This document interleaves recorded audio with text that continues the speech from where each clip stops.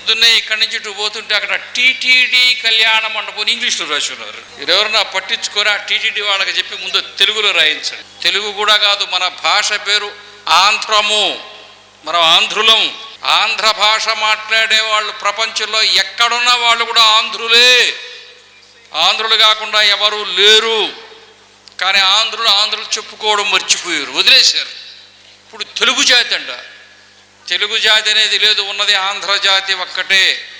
కవిత్రయము రాసినది ఆంధ్ర మహాభారతము, పోతనామాత్యులు వారు రాసినది ఆంధ్ర మహాభాగవతము. ఆంధ్ర సంస్కృత ఆంధ్రములు అనాల తప్ప సంస్కృత తెలుగు అని చెప్పి అనకూడదు. సంస్కృత తెలుగు అనేటువంటిది దుష్ట సమాసము అని ఆంధ్ర భాషకు వ్యాకరణము రాసినటువంటి నన్నయ భట్టారకుడు మహాభారతం రాయక ముందే సూత్రీకరించారు. సంస్కృత ఆంధ్రము అంటారు తప్ప సంస్కృత తెలుగు అనకూడదు.